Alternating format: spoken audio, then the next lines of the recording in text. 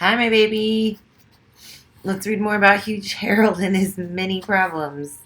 So, last I remember, we were in this house, and the farmers were coming to get Harold.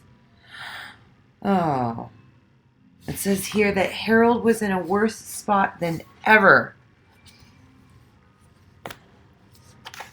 It says, to outwit the hunters, he'd have to be clever.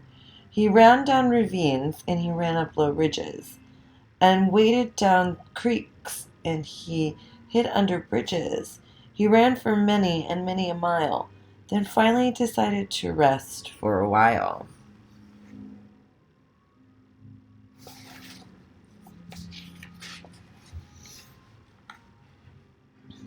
So he spotted a hideout, and with a big hop, he came plopping down in a leafy treetop. And this fooled the hunters and also their dogs, who sniffed round the tree trunk and peeked into the logs.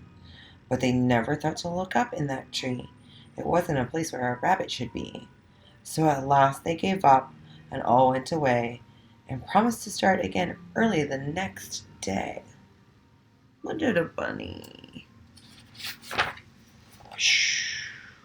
The great hunt continued for a week after a week after week, like a countryside contest of hide and go seek. And poor Harold. It went on and on through the month of September and into October and down to November. December arrived with the first heavy snow, and the temperature dropped into 14 below. Poor baby Harold. Harold shivered and shook from his frostbitten nose all the way down to his half-frozen toes. I'm done for, he said. I'm through altogether, if I don't get out of this terrible weather. Just about then something red caught his eye, a big friendly barn on a hilltop nearby. He headed straight for it, and in one big hop he leaped through the window all the way up to the top.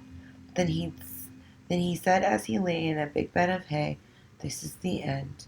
I'm through running away."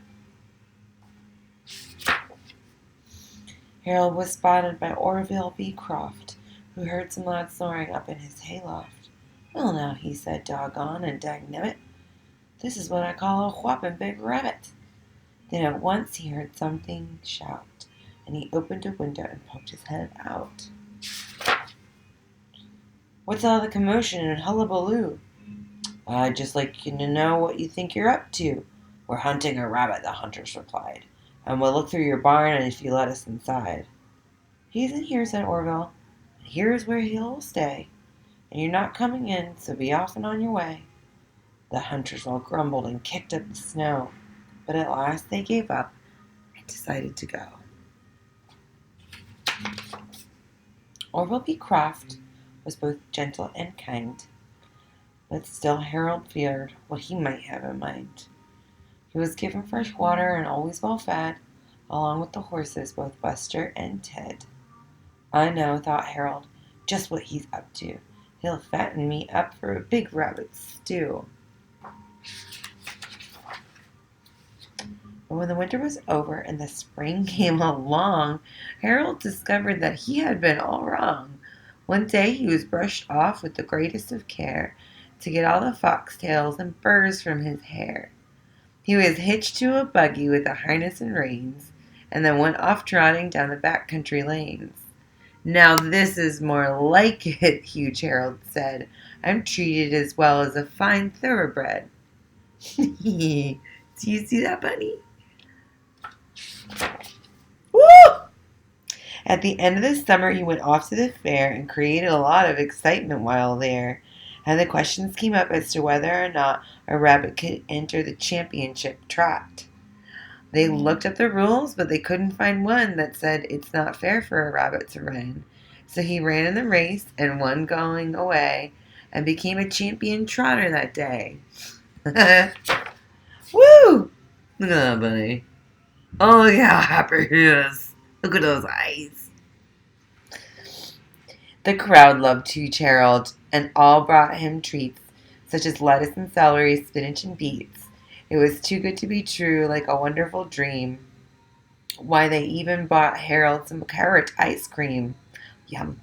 But all of this success didn't go to his head. He remained very modest and humble instead. For rabbits, you see, aren't affected by fame. No matter what happens, they're always the same. Well, that was a long and scary journey and a cute and happy ending. Miss Lydia, I love you. I hope you have sweet dreams and good days until I see you in about a week. Love you, love you, love you. Kiss Opal for me. Nibble on her ears a little bit. She doesn't like it, just a little bit though. Just a little bit. Love you, baby. Bye.